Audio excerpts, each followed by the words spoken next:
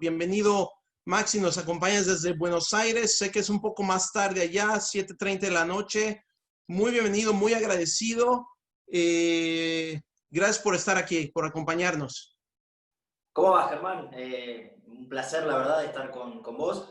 Y en realidad el agradecido soy yo por la invitación y que tratemos de ir buceando en la historia del fútbol argentino para explicar muchísima historia que vincula a nuestro país con este deporte y sobre todo tratando de explicar o poniendo en palabras lo que significa para nosotros el fútbol a través de la pasión que sentimos al desarrollarlo.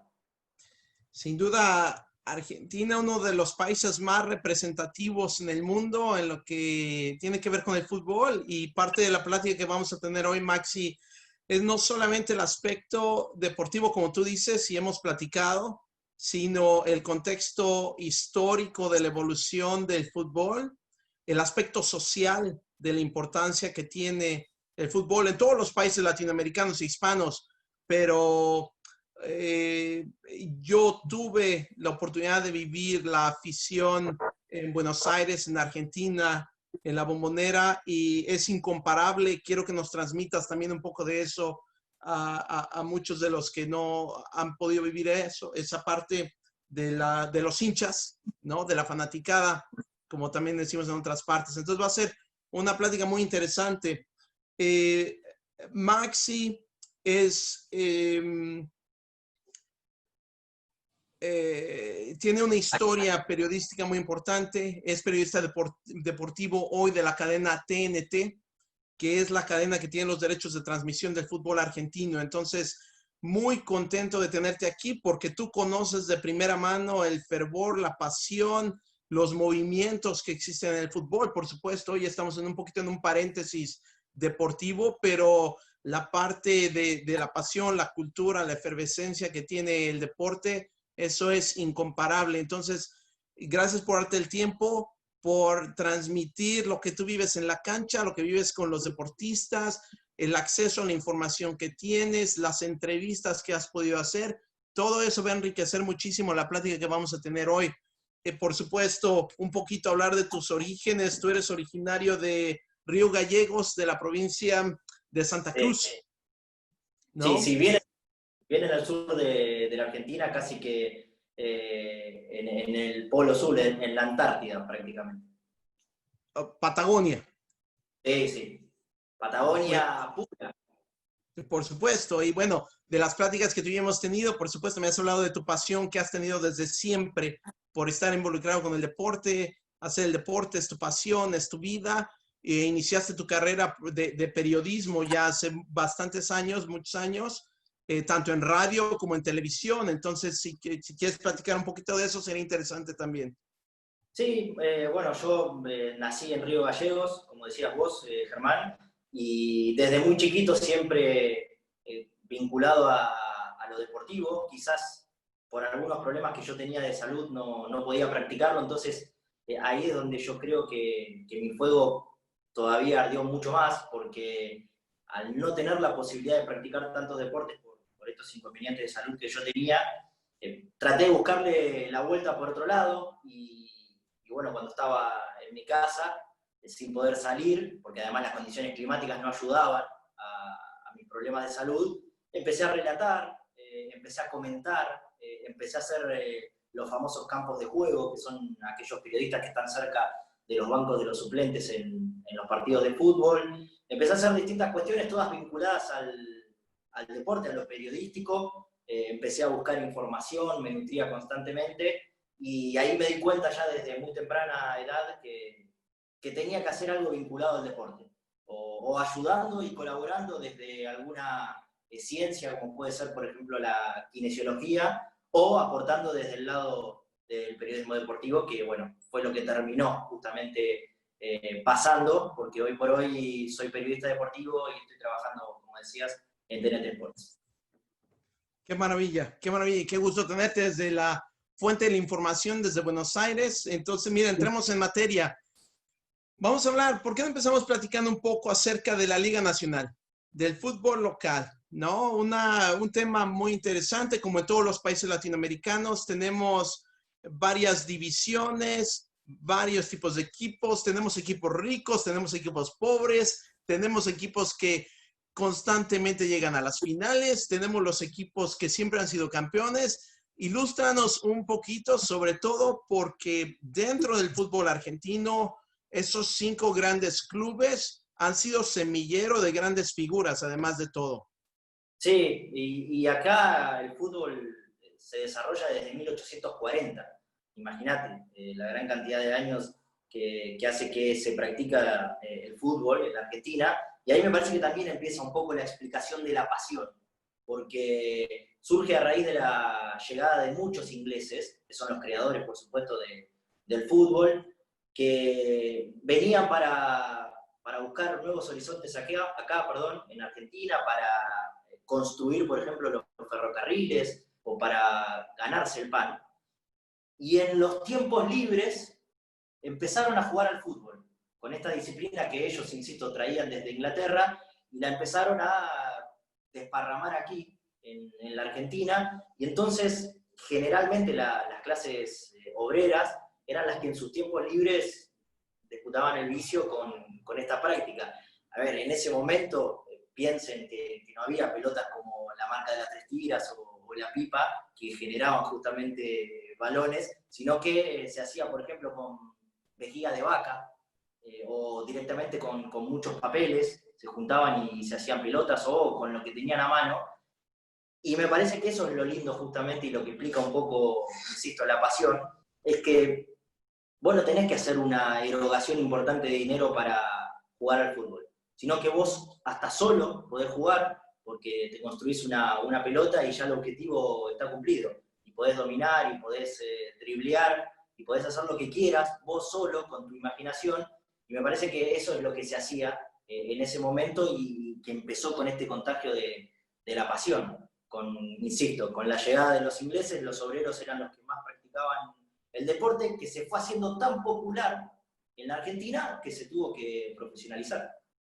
Y ese es un tema que vamos a tocar, a tratar de hilar un poco más adelante, Maxi, saber un poco la jerarquía que tuvo el fútbol inglés dentro de Argentina, porque después hay un contexto político muchísimos años después, ¿no? Cuando nos vamos hacia 82 y después hablar un poco del contexto del fútbol, si hay una separación o si había una especie de rivalidad especial. Pero antes de llegar ahí, platícanos acerca de los grandes clubes que hay en Argentina. Y me parece que la mayoría de ellos, si no estoy equivocado, están concentrados en Buenos Aires, además.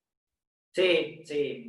Al igual que la historia del país, y el fútbol y el tango, obviamente, que son de las cosas que más marcan a la Argentina, casi que el fútbol fue creciendo de manera directamente proporcional al crecimiento socioeconómico del país, cultural y político, por supuesto. Porque la verdad es que los comienzos del fútbol estuvieron marcados por los ingleses, como decíamos hace un ratito, pero después además estuvo centralizado, y sigue estando, por supuesto, en lo que nosotros llamamos Ciudad Autónoma de Buenos Aires, que es casi la pelea, como fue históricamente en Argentina, entre federales y unitarios, ¿no? Los unitarios que querían quedarse con todo, y federales se los llamaba a los del interior del país. Bueno, prácticamente lo mismo se dio en el fútbol, porque cerca del 1900, pasado el 1900 en realidad, se crea la Asociación del Fútbol Argentino, que fue mutando con distintos nombres, por supuesto, y se concentraba todo acá, en Buenos Aires, que era donde estaban la mayor cantidad de fábricas, y donde, insisto, se daban los equipos de obreros generalmente. Empiezan a surgir equipos como Boca Juniors, y notarán en los nombres de los equipos que tienen, obviamente, un tinte inglés. Boca Juniors, River Plate. Después, por ejemplo, un equipo muy importante de la clase obrera, Ferrocarril Oeste, Vélez Arfiels, Club Atlético San Lorenzo de Almagro. Un poco más en el interior ya empiezan a aparecer Racing Club de Avellaneda, Independiente, equipos que hasta el día de hoy son los más representativos de la historia del fútbol nacional argentino, y por supuesto que están casi todos aquí en Buenos Aires, pero bueno, tiene esa explicación también, ¿no? Si la concentración económica estaba aquí en Buenos Aires, nunca dejó de estarlo en realidad, es bastante lógico que los equipos más importantes estén aquí. Claro, claro. Estaba yo estudiando un poco me parece que siempre hay una disputa entre quién tiene la mayor cantidad de campeonatos dependiendo desde cuándo empiezas a contar la historia, pero pareciera que indiscutiblemente es el River, ¿o no? Sí, sí, acá, por lo menos a nivel local, River, que justamente se creó por aquellos años, que rápidamente se ganó el mote de millonario, porque en la década del 30 fue de los primeros equipos acá en Argentina que empezaron a pagar dinero para traer a futbolistas. Los sacaban de su ambiente laboral, le decía, por ejemplo, el dueño del equipo, yo te voy a pagar para que juegues en mi equipo. Y ahí empezó el mote de millonario, pagando hasta 10.000 pesos en aquel momento por jugadores como Ferreira, por ejemplo. Y River a partir de ahí, obviamente, fue uno de los primeros que se empezó a retroalimentar de sí mismo. Es decir, cobraba entradas, empezó a tener un club donde alojar a los distintos socios, a los que querían participar de actividades en River. Bueno, y así se fue generando un crecimiento que iba de la mano con el crecimiento del fútbol, por supuesto, para que River hoy sea de las instituciones más ganadoras de la historia. Y lo curioso de esto es que River y Boca nacen con muy poquitos años de diferencia en el mismo barrio. Y hoy estamos hablando de que son los archienemigos que tenemos en el fútbol argentino con el superclásico, que dicen, y yo la verdad que lo pude comprobar, pero no lo digo yo solamente, sino que lo dicen en muchos lugares, uno de los espectáculos más importantes del mundo en cuanto a lo deportivo. Sí, no lo dudo, claro. Hoy de ahí nos vamos un poquito a hablar sobre selección nacional, ¿no? Sí. Selección nacional y un país extremadamente competitivo, 2 Copas del Mundo y muchísimos títulos más. Déjame ver si compartir esto con todos los que nos están viendo aquí, porque la lista es enorme. Ahí va, mira. Ahí tenemos. Campeón mundial 78 y 86. Subcampeón en el 90 y 2014. Confederaciones, subcampeón de confederaciones. Copa América, creo que conté 14. Y subcampeón un número similar. Juegos Olímpicos y también subcampeón de Juegos Olímpicos. Es decir, si tú sumas todos, Argentina ha estado siempre en los 4 finalistas de muchos de los torneos que hay a nivel mundial. ¿Cómo ha sido la historia? ¿Cómo ha sido el tema de las selecciones? Y platícanos un poco específicamente de esas 2 grandes selecciones del 78 y 86 y a lo mejor ahí podemos derivar a qué ha pasado los últimos años, que se ha llegado a muchas finales. Y mirá, Argentina, lógicamente que crea su historia muy rápidamente y se puede entender el gran poderío, la supremacía que tiene a nivel mundial. ¿Por qué? Porque en aquel momento era una potencia a nivel país, por supuesto. Y no estoy hablando de lo deportivo, simplemente hablo a nivel económico. Y fue, por ejemplo, la primera asociación en Sudamérica. La Asociación del Fútbol Argentino fue la primera en Sudamérica, de las 10 que hoy hay, y fue la primera que se afilió a la FIFA, a la Federación Internacional de Fútbol Asociados. Entonces, obviamente que empezó a correr con mucha más ventaja y venía practicando, además desde 1840, como decíamos, esta disciplina, este deporte, y rápidamente se convirtió en una potencia a nivel sudamericano. Había futbolistas que nacían con las características del futbolista, ya era algo innato, no había que practicar. Imagínense en esa época, Germán y todos los que nos están viendo, que no había entrenamientos, ¿no? Obviamente uno tenía que ir a trabajar y después iba al club. Bueno, y Argentina tenía esos dones naturales que se le daban a los futbolistas al nacer ya directamente, y empezó a ver que entre los equipos que iba formando aquí en Buenos Aires y que por ahí podían tener algún partido amistoso contra equipos de otros países, empezó a ver que había una supremacía. Y entonces se le ocurre formar la selección argentina. Al principio todo con componentes de Buenos Aires, después se fue haciendo un esfuerzo para ir sumando a gente del interior, por ejemplo, de Rosario, de Santa Fe, y empieza el recorrido de Argentina, que por ejemplo en el primer campeonato mundial termina segunda, detrás de Uruguay, y ahí también empezás a marcar cómo el poderío sudamericano se empieza a hacer importante en la construcción del fútbol.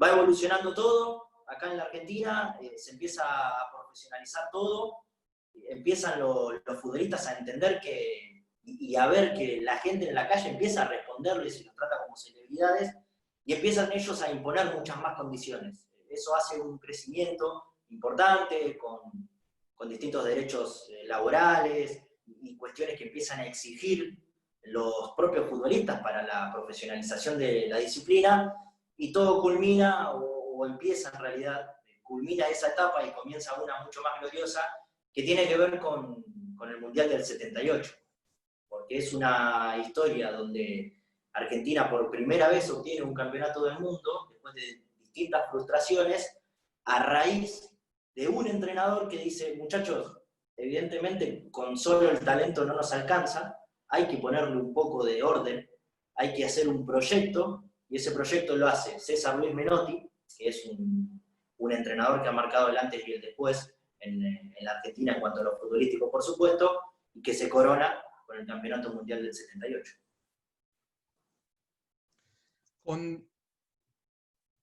En esa parte hay una parte histórica importantísima, que es la dictadura militar en el 78. Sí.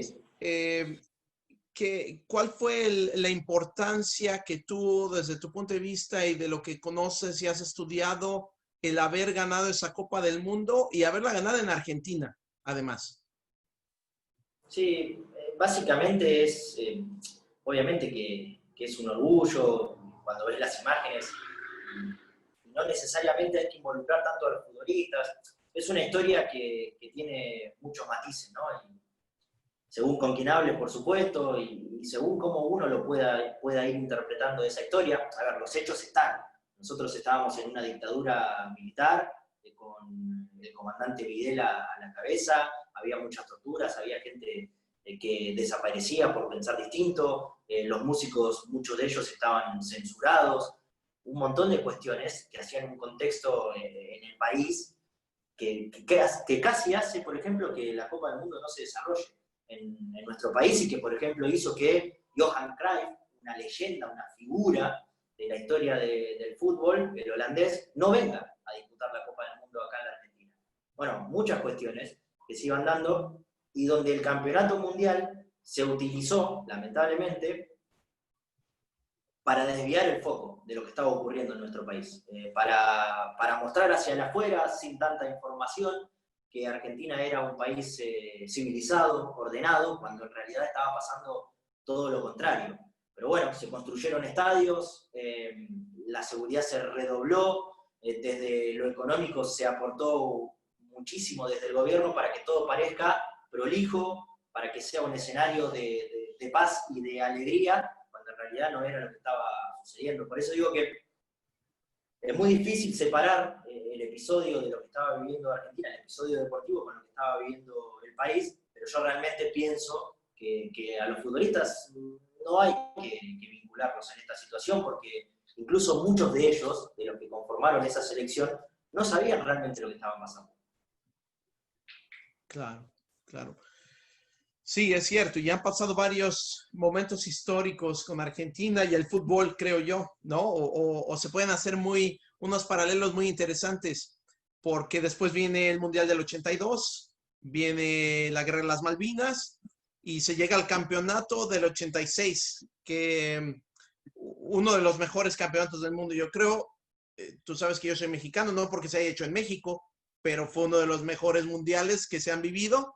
Y Argentina se hace campeón en el 86 de la mano de Maradona y la mano de Dios en cuartos de final. ¿no? Sí. Mirá, Platícame un poco más sobre eso. lo primero que te digo es que para la gente, por ejemplo, mexicana que nos ve, la verdad es que México ha tenido las dos grandes apariciones del fútbol mundial en la historia del fútbol, en los mundiales que organizó, porque en México 70 fue el Mundial de Pelé Así es. y en México 86 fue el Mundial de Maradona. Después obviamente que han aparecido mucho más talentos, pero digo, bien marcados con ellos dos. Mira, no hay gobierno en la historia de Argentina, así sea democrático o de facto, que no haya estado marcado por el fútbol. Siempre. Siempre se ha marcado cada gobierno con esta actividad porque lo que veníamos marcando de la dictadura militar con el Mundial del 78, eh, la utilización del Mundial 82 con la guerra de Malvinas, mandando a un super equipo a disputar el Mundial cuando veníamos obviamente de todo lo que tenía que ver con la guerra de Malvinas y en el medio de todo ese contexto va una selección a disputar un campeonato del mundo también como para desviar un poco el foco. Y en el 86 ya con la vuelta de la democracia, hacía rato, ¿no? Ya que había vuelto, hacía por lo menos 3 años, empieza a marcarse una libertad para trabajar que hace que el fútbol explote mucho más en la Argentina. Y en esa explosión aparece justamente Diego Armando Maradona en un contexto que venía marcando a la Argentina en el comienzo de su historia, vinculándolo a Inglaterra, en el Mundial 82, vinculándolo a Inglaterra con la guerra de Malvinas, y en el 86 toca el pico máximo en cuanto a lo deportivo, cuando Diego Armando Maradona en los cuartos de final le hace los 2 goles a Inglaterra, uno con la mano y el otro en lo que se transformó el mejor gol de la historia de los mundiales, cuando gambetea a 7 futbolistas ingleses y termina con esa victoria de Argentina por 2-1. Un Mirá gol cómo maravilloso. está trazado la historia de Argentina en el ámbito político, social, económica, siempre está trazado por el fútbol, siempre.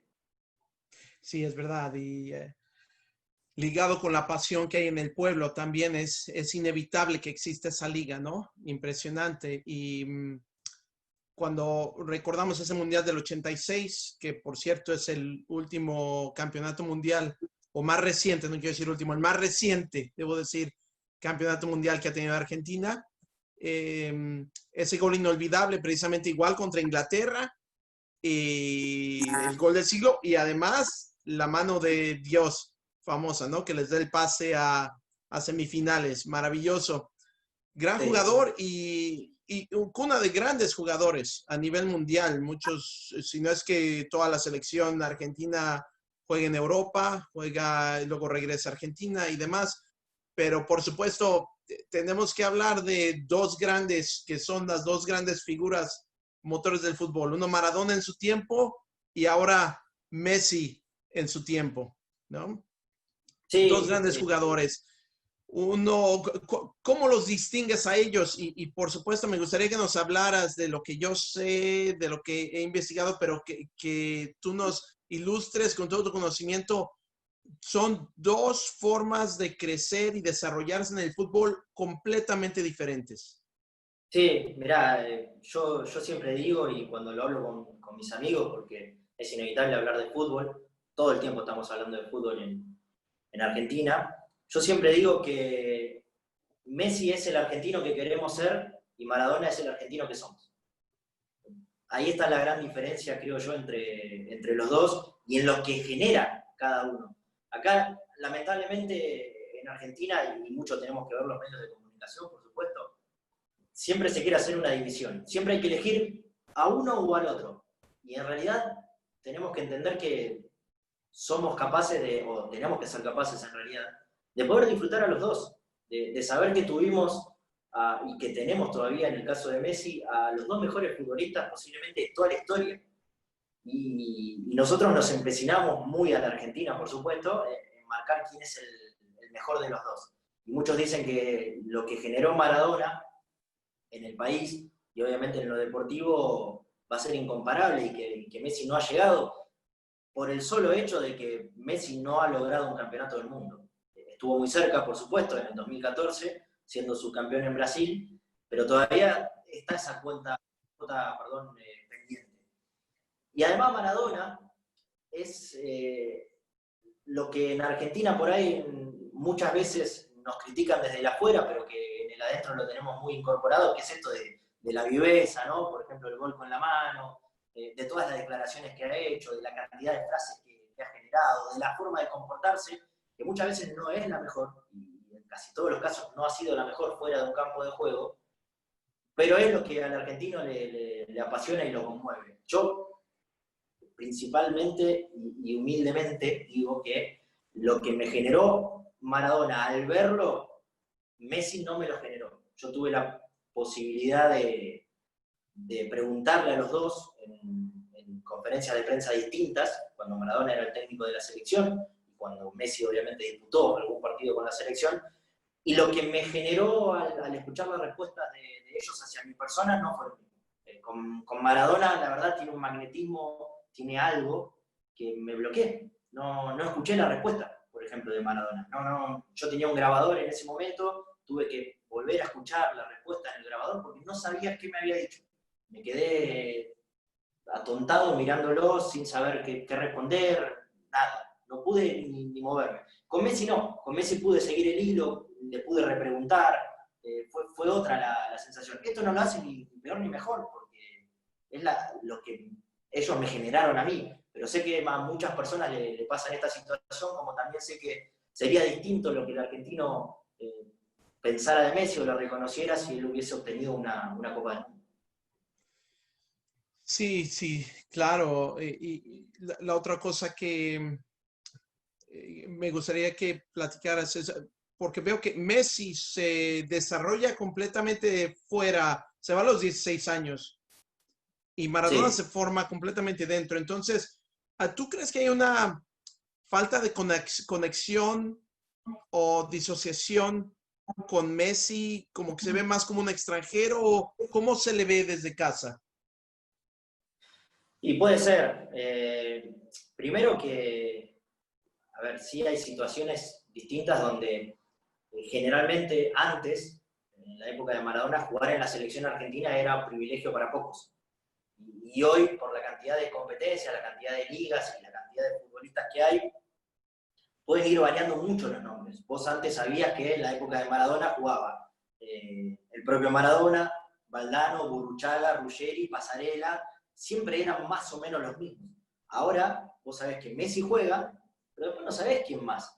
Pueden ir rotando muchísimo los nombres. Y eso hace también al sentido de pertenencia y que uno se identifique mucho más con los futbolistas de la época, por ejemplo, de Maradona, Ruggeri y Pasarela. Hoy es más cambiante todo.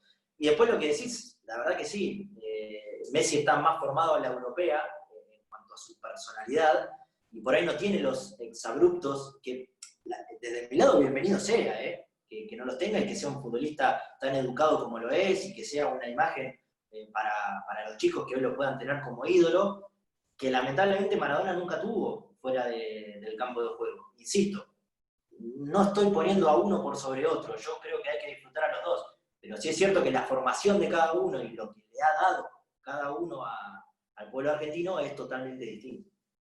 Claro, por supuesto, por supuesto. Em, Yo te pongo un ejemplo, Germán, perdón que te interrumpa, es cuando las cosas no se le dan a Messi, ¿qué querés con este europeo? Que se vuelva a su país, España. Es como que inmediatamente ya lo estamos tirando a la basura y no debería ser así. Lo que pasa es que, claro, acá estamos sujetos a los resultados. Si hay un título, eh, obviamente que va a estar todo bien, y si ese título no llega, tendrá un reconocimiento, pero nunca será como el ganador. el otro tema es que de esa Copa del Mundo del 86 han pasado mucho más de 30 años, y el fútbol se transformó, ¿no? Yo lo veo como aficionado, hay una parte de competitividad mucho más alta. ¿Tú qué ves como profesional del deporte? ¿Cómo ha cambiado el fútbol en esos 30 años? Como, no es justo compararlos, es lo que quiero decir, ¿no? Es otra No, época. totalmente. Hoy, sin lugar a dudas, la generación de Maradona, de Canigia, de Batistuta, por ejemplo, para mencionar algunos grandes futbolistas argentinos, tendría mucho más vida en cuanto a lo futbolístico. Me refiero a la cantidad de años que podrían jugar. Ellos se han retirado bastante jóvenes, porque Maradona dejó de jugar a los 36, digo, mejor futbolista de la historia, quizás con un cuidado como el que se tiene hoy con el cuerpo, podría haber jugado hasta los 40, por decir algún ejemplo. Batistuta, cuando dejó de jugar, casi no podía ni caminar, porque obviamente las prácticas no eran las mismas, toda la mecánica para la recuperación no era la misma, la cantidad de cosas que han aparecido en la ciencia para justamente el cuidado de los futbolistas no son las mismas. Entonces, claro, hay una situación distinta donde para mí no se pueden comparar épocas y incluso eso es más valorable para Messi, mirá lo que te digo, porque hoy a Messi lo tenés en la elite del fútbol en los últimos, casi te diría que 14 años, teniendo en cuenta que ha evolucionado y mucho, y que hoy quizás hay mucha más paridad, porque desde lo físico, vos con lo físico podés tapar alguna cualidad que te esté faltando en realidad desde lo futbolístico, es emparejar desde ese lado, desde lo físico, y así todo Messi se ha sostenido en los últimos 14 años. Y eso marca la personalidad y lo profesional que es, y otra vez volvemos a la diferencia con Maradona. Maradona tenía lo innato, lo propio, pero le faltaba justamente lo profesional. Excelente, Maxi. Tengo dos temas más para ti, si me permites. Sí. ¿No? El 11 ideal argentino de Maxi Grillo. Mirá, tiene mucho de la vieja época y tiene obviamente algunos de épocas más actuales. El arquero es, sin lugar a dudas, el Pato Filiol, arquero campeón de Argentina en el 78. Después, el lateral por la derecha, Javier Zanetti, futbolista que hasta que lo superó Messi y lo superó también Mascherano, era el que más partidos había jugado con la camiseta de la selección. Mis dos marcadores centrales son Ruggeri y Pasarela, los dos campeones. De hecho, Pasarela es el único futbolista argentino que fue campeón en el 78 y que formó parte del 86, aunque no jugó ningún minuto. Y el lateral por la izquierda es Juan Pablo Sorín, también futbolista que ha jugado muchísimo tiempo y que, por ejemplo, entre otros equipos jugó en el Barcelona y en la Juventus. Mi volante central es Fernando Redondo, un futbolista exquisito, que no fue campeón del mundo, que no fue al Mundial del 90, más allá de que lo habían convocado para completar sus estudios, pero que nos representó y mucho en el fútbol europeo vistiendo la camiseta del Real Madrid y después del Milan. Ahí en la mitad de la cancha es bastante complicado porque volantes para llenar ese sector hay muchísimos, Muchos. por supuesto. Yo particularmente voy a poner a uno que a mí me gustaba muchísimo, que es Giusti, que formó parte de la selección del 86 y era casi que la rueda de auxilio. Mientras todos iban al ataque, él era el que terminaba conformando la defensa. Voy a hacer un poco de trampa, lo voy a poner a Maradona ahí, en la mitad de la cancha, porque si no, no me entran todos. Y en la delantera voy a poner 3 atacantes, con Messi, obviamente, y Canigia y Batistuta, que son 2 futbolistas, 2 delanteros que han conformado una dupla extraordinaria para la selección. Y dejo afuera a Kempes, casi que faltándole el respeto a Kempes, uno de los grandes delanteros y goleador del Mundial 78, porque yo casi que ni lo vi. Entonces, la verdad es que uno por ahí tiene más fresco a Canigia y a Batistuta, y obviamente a Messi y a Maradona, pero bueno, tranquilamente Kempes puede ir por cualquiera de los 3 atacantes, o por Messi, o por Canigia, o por Batistuta. Yo hice mi humilde quiniela como aficionado y fallé en 2. No pusiste a Giusti, no pusiste a Redondo. Puse exacto, porque no los conozco, ¿no? Pero gracias por eso, está muy bien. Yo metí ahí a Mascherano y a Simeone. Bueno, sí, muy bien. ¿Puede ser? Sí, hay mucho de conformar la selección argentina que, a ver, si hay... Te sobra, te sobra. Tal cual, podés armar hasta 4 o 5 equipos. Tremendo. De hecho, no puse a Di Stéfano. que es uno de los grandes futbolistas de la historia en Argentina, pero la verdad es que queda muy, muy atrás, muy en el tiempo. Sí, por Casi que no hay videos de Di Stéfano, más allá de por supuesto. que hay jugando con el Real Madrid. Lo que sí, seguramente si hay algún argentino viendo y que supere los 40, seguro que dirá, este chico está loco con los futbolistas. Oye, Maxi, tengo un último tema para ti. Te voy a mostrar la siguiente laminilla y quiero que revisemos qué te provoca cada uno de los escudos que te voy a mostrar. Ajá.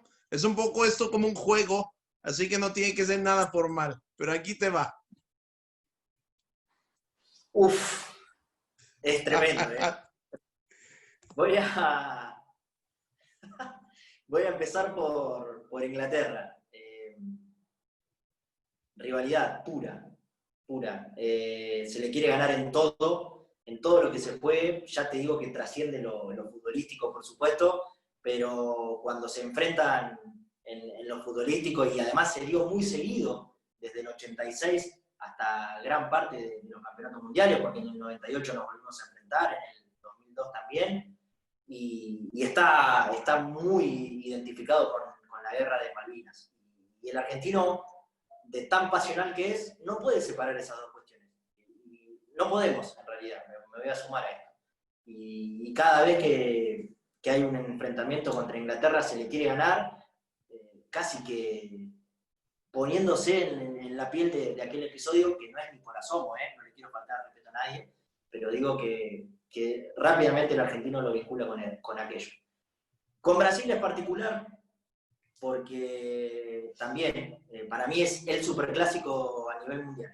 Argentina-Brasil no hay otro a nivel selecciones. Para mí es el partido que podés ver, que si no te gusta demasiado el fútbol, bueno, yo te diría, ¿querés ver un partido de fútbol? Arrancá con algún Brasil-Argentina, porque hay un poco de envidia. Ellos entienden muchas veces que nosotros tenemos grandes futbolistas, pero ellos juegan con una alegría que nosotros no tenemos, y ahí me parece que hay gran parte de la envidia. Entonces es una mezcla de sentimientos entre lo que te genera ver a Brasil y que siempre gane, con lo que nosotros querríamos ser y no terminamos siendo. Entonces hay ahí una competencia de egos que lo hace todavía más atractivo el partido. Con la selección italiana, por nuestras raíces, la verdad que hay casi hasta una simpatía. A mí me cae simpático el italiano, el futbolista italiano también, y me parece una selección que demostró a lo largo de la historia que no tenés que jugar bien al fútbol para ganar, sino que tenés que ser inteligente, tenés que tener un poquito de suerte, por supuesto, y tenés que tener un profesionalismo, y tenés que ser estricto a la hora de la competencia. Alemania es nuestra nueva Inglaterra. Alemania le sacó el lugar de archienemigo a Inglaterra en el último tiempo, porque obviamente que la final del 90 la perdimos frente a Alemania, la del 2014 la perdimos frente a Alemania, pero además en el 2006 nos eliminó Alemania, en el 2010 nos eliminó Alemania, y ya ha generado una bronca con los futbolistas alemanes que hasta el día de hoy uno ve, por ejemplo, un argentino a Götze, cada vez que escucha el nombre de Götze, que es un futbolista que jugó en el Bayern Múnich, por ejemplo, y es el que nos metió el gol en la final del 2014, que quiere lo peor para Götze. Lo voy a decir así. Después con la Asociación Uruguaya nos encantan. Nosotros queremos mucho más a los uruguayos de lo que ellos nos quieren a nosotros, no tengo ninguna duda. Hay uruguayos escuchando, creo que van a decir que es así, y que es un país mucho más pequeño que el nuestro, pero que así todo se la han rebuscado y han descomprimido un poco la histeria que tiene el fútbol para lograr grandes resultados, y que también a nosotros nos gustaría parecernos un poco más a ellos, más allá de que nosotros ahí sí no tenemos nada que envidiarles, y hemos tenido y seguimos teniendo grandes futbolistas.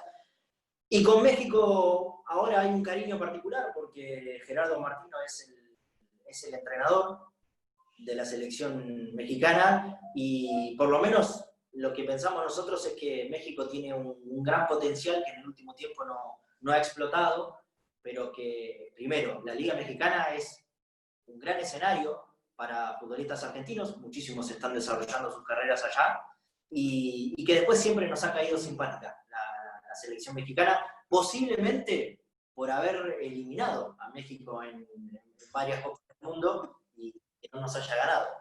El argentino es muy así, si te gana, bueno, está todo bien, qué linda selección, qué lindo país. Si vos le ganás, casi pasás a hacer un paño. Excelente, Maxi. Gracias. Mira, ha sido un gusto enorme tenerte aquí, el que hayas dedicado tiempo para esto. Te agradezco mucho que hayas participado con el Instituto de Cultura Hispana de Houston, con la Casa Argentina de Houston en esta conexión remota. Gente que nos está viendo, déjame ver si de casualidad hay algunas preguntas por aquí, permíteme. Y Sí, ya claro. reviso. Ok. Y muy agradecido. ¿Algunas palabras finales que nos quieras mandar a los aficionados? Uno, a la gente de Argentina que vive en Houston. Dos, y a todos los hispanos que son miembros del Instituto de Cultura Hispana de Houston, por favor.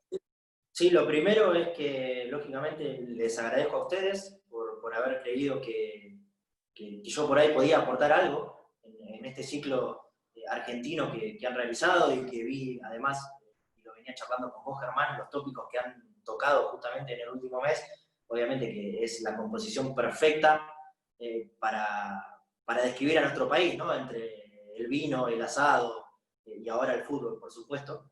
Y muchas cosas más que han tocado, así que el agradecimiento para ustedes por dejarme ser parte de esta situación. Y después decirle sobre todo a los argentinos que están allí que no desprecien el fútbol y que no desprecien el poder que puede llegar a tener el fútbol y que no desprecien la pasión, porque si bien acá en Argentina muchas veces hemos renegado de lo que se genera en el fútbol desde el costado negativo, siempre hay que entender que el deporte es inclusión y que vos, obviamente, practicando un deporte y armando equipo con una persona, quizás hasta podés generar un lazo que no te animás a decir con palabras. Entonces, me parece que está bueno que ninguno de los que estén allí olviden sus raíces futboleras y que lo pongan en práctica.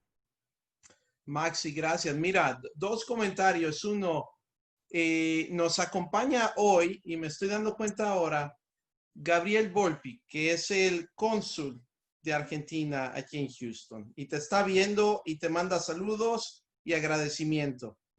No, por favor, un saludo grande para Gabriel. Y gracias, Gabriel, por estar con nosotros. Hay una pregunta aquí para saber tu punto de vista. La diferencia entre el estilo europeo de fútbol y el americano en general, latinoamericano. ¿Cómo se juega de aquel lado del mundo y de este lado del mundo? Y tiene que ver exclusivamente con la impronta que se le da acá. Nosotros, acá en Sudamérica, y ya no hablo solamente de los argentinos, sino que en general, le da un toque al fútbol, a la disciplina que no tienen los europeos. Y ese toque es ser irreverente, la gambeta, quizás sacar un poco de ventaja dentro de las reglas, obviamente, pero estar ahí, al filo, ¿no? De romper una regla, pero aprovechar esas situaciones, ser más desfachatado. Y por ahí el europeo es más estricto, más apegado a un plan de trabajo, y que quizás muchas veces le faltan esas cuestiones. Bueno, no por algo Brasil tiene 5 campeonatos, Uruguay tiene 2 y la Argentina tiene 2. La verdad es que en tan solo 3 países de Sudamérica estamos peleando la cantidad de torneos que tienen los europeos. Sí, hay ese grado de pericia y astucia y a veces un poquito de maldad, quizá, ¿no? Sí, sí, sí, sí. Oye, a ver, otra. Nos acompaña Betirri Bingston. Betirri, ¿cómo estás? Y gracias por acompañarnos. Un artista fenomenal que también tuve la oportunidad de entrevistar. Él hace arte sobre fútbol, precisamente. Y él te pregunta, ¿cuál es tu opinión sobre la evolución del fútbol en relación al deporte y lo económico? O de otra forma, ¿qué impacto tiene lo económico en el fútbol? ¿No? para ver una estructura o resultado transparentes. La parte económica y el fútbol. Bueno, Me imagino que tiene que ver también con la parte de los clubes, probablemente. sí, sí, sí, Claro. sí, sin lugar a dudas. De hecho, en el último tiempo son cada vez más los clubes que, ante la situación complicada de lo económico que tiene el país, que han aportado con distintos emprendimientos. De hecho, ahora tenemos una movida social muy linda entre Boca y River, que son archienemigos en lo futbolístico, pero que en este caso se han unido para tratar de ayudar a gente en situación de calle. Hay mucha gente aquí pasando el invierno en los parques, por ejemplo, o en las veredas, aceras, y bueno, se han juntado los dos clubes. Siempre lo que yo decía antes, siempre todos los gobiernos estuvieron atravesados por el fútbol. En algún momento fue una movida muy importante que puso el gobierno de Cristina Kirchner, donde el fútbol era gratuito. Hoy hay que pagar para ver esa disciplina, pero digo, de alguna u otra manera siempre el Estado ha aportado a una disciplina. ¿Por qué? Porque activa, aunque no lo crean, el turismo. Mucha gente viene a ver partidos de fútbol a la Argentina desde otros lugares del mundo para recorrer justamente la Bombonera, el Monumental. Activa la economía interna de cada uno de los países, de cada una de las provincias, perdón, con los socios que se van haciendo en cada uno de los clubes. Activa la economía interna también de cada una de las ciudades con la venta de futbolistas. Bueno, son un montón de cuestiones que atraviesan, obviamente, lo económico, pero sí es cierto que en el último tiempo, lamentablemente por la devaluación de nuestra moneda, nosotros hemos perdido muchos activos. Estamos sujetos a los europeos y si un equipo europeo viene con una buena cantidad de dinero, generalmente se lleva nuestras joyas desde muy jóvenes, y eso hace que por ahí el fútbol haya decaído un poco, pero bueno, igualmente el argentino siempre se las arregla para hacerlo interesante. Con tanto gran futbolista que hay, no sé si sea un problema para ustedes.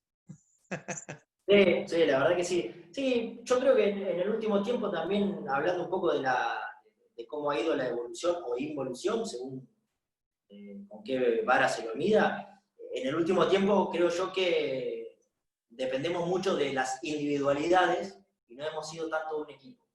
Siempre hemos tenido la aparición de un Maradona, de un Messi, y por ahí no hemos construido un equipo que los respalde, justamente. Pero bueno, tiene que ver mucho con nuestra idiosincrasia, ¿no? Del argentino, de siempre pensar que con el talento alcanza, y en realidad hay que tener un cierto orden. Claro. Mira, hay una pregunta técnica muy interesante aquí. ¿Qué opinas del VAR? Y no de para beber, sino del B con B chica. No, no, no, me encanta. La verdad es que yo estoy a favor del VAR. Creo que ha llegado para traer mucha más justicia y para que un poco se vayan acabando los vivos en el fútbol. Entiendo a aquel que cree, o aquella que cree que saca un poco del folclore y de lo natural del fútbol, pero yo creo que eso tiene que ver con que todavía no se ha utilizado de manera correcta. Me parece que son demasiadas las veces que el árbitro va a utilizar el VAR, muy pocas las veces que realmente le avisan al árbitro del encuentro que se ha cometido una infracción o no. Casi que es contradictorio lo que estoy diciendo, sí, porque para aquellos que no saben, el VAR tiene una cúpula de árbitros que está viendo desde otro lugar, que no es justamente el campo de juego, para ayudar, para asistir al árbitro principal, y muchas veces no le dicen nada los que están viendo fuera del campo de juego. Y el árbitro toma su propia medida, y justamente al no ser tan asistido, va muchas veces a ver el monitor para ver si se ha equivocado o no. Entonces eso hace que a veces se haga engorroso, que se corte mucho el juego. Yo creo que si se pule un poco más, el VAR va a ser una gran herramienta. Excelente, gracias Maxi. Y te manda saludos, un agradecimiento y felicitación, Yolanda Velázquez. Gracias. Una de las hacedoras De las todo hacedoras, esto. que hace posible esto, que está dedicada y dedica tanto tiempo a poner este programa. Muy agradecidos también con ella. Gracias, Yolanda. Maxi, muchísimas gracias. No tenemos más preguntas ahorita.